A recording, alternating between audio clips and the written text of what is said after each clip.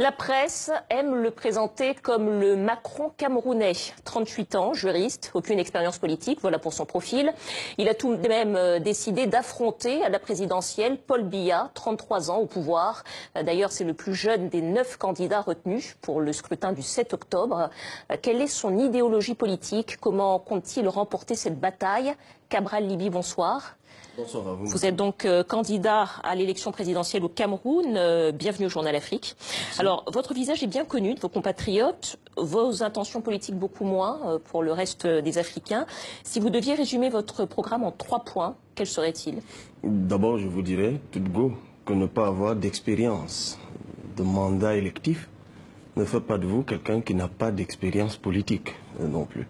Mais je vous dirais que mon idéologie, celle que nous portons au sein du mouvement 11 millions de citoyens, au sein du Parti Univers, parce que ce sont les deux organisations qui se sont mises ensemble, le Parti Univers étant le parti qui nous a accordé l'investiture à l'élection, c'est l'idéologie progressiste qui est au confluent du libéralisme auquel notre tissu socio-économique n'est toujours pas préparé et de l'étatisme dont la forte prégnance est aujourd'hui hors d'époque. Nous sommes porteurs d'un projet de société qui s'intitule Le Cameroun qui protège et qui libère les énergies. Protection sociale, protection civile, protection alimentaire, les énergies, l'accès à la propriété, l'innovation, l'accès au développement, l'épanouissement du génie. Et cette idée-là a été structurée en 11 axes qui sont donc bien déclinés, bien développés dans l'ouvrage qui va être publié, mais qui peut également être consultable sur les réseaux sociaux, sur téléchargement, Play Store, comme on dit. Les deux régions anglophones du Cameroun connaissent un conflit meurtrier avec des revendications indépendantistes. Concrètement, pour vous, quelle solution? Une batterie de mesures. La première, c'est le régionalisme. Nous pensons que la crise anglophone n'est pas une crise séparatiste ou indépendantiste. Il s'agit de nos frères et sœurs d'une partie du pays qui sont nostalgiques de 11 années de fédéralisme et qui ont l'impression d'être négligés ou assimilés depuis l'unification qui a eu lieu en 1972. Donc il convient aujourd'hui de décongestionner l'État central et de permettre aux régions, et en a 10 au Cameroun, de s'autogérer au travers d'une attribution de compétences, d'un transfert de compétences et de ressources permettant aux régions de s'autogérer. Ça, c'est une chose. La deuxième mesure que nous préconisons, c'est la sortie de captivité de l'anglais et du français, deux langues qui sont devenues des marqueurs pour nous, pour la société camerounaise, subséquemment à la défaite allemande, suite à la première guerre, à la fin de la Première Guerre mondiale, parce que le Cameroun au départ était une colonie allemande, et puis les vainqueurs de la guerre se sont partagés le butin de guerre qui était le Cameroun.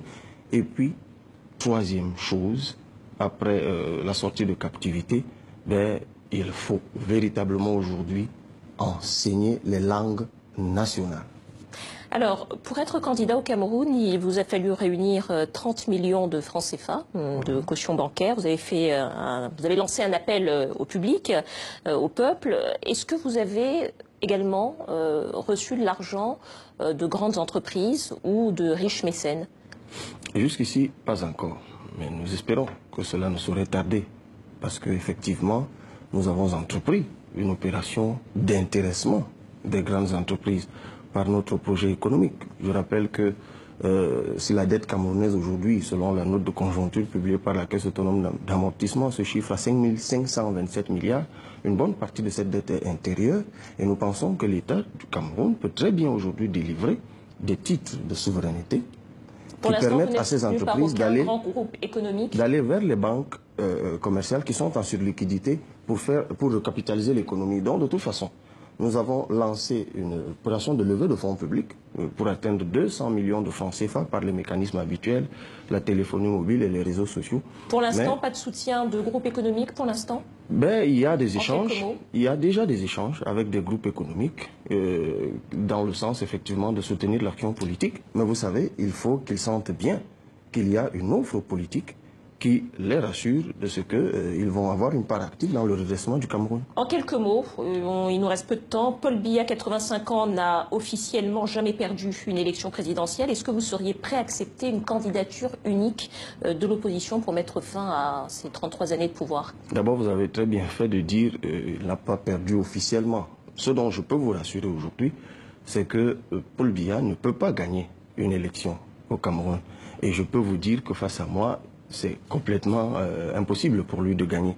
Mais le plus difficile pour moi sera de prouver que j'ai gagné l'élection. C'est d'ailleurs pour cela que nous sommes dans une opération de terrain pour trouver, identifier et trouver 23 000 personnes qui seront les représentants du Parti Univers dans les bureaux de vote, de telle sorte qu'au travers de notre application www.electran.org, nous puissions publier nous-mêmes les résultats parce que nous aurons obtenu les procès-verbaux au soir de la clôture des dépouillements. Quant à la candidature de l'opposition que vous évoquez, je puis vous donner l'information que nous sommes en forte négociation avec les autres candidats de l'opposition afin, dans un premier temps, de mutualiser nos efforts pour l'élaboration d'une liste unique des scrutateurs, des représentants dans les bureaux de vote, parce que comme je vous l'ai dit, le plus difficile cette année, ce ne sera pas de battre le président Biya. Je peux même vous dire que ce sera le plus facile, le président sortant, M. Paul Biya.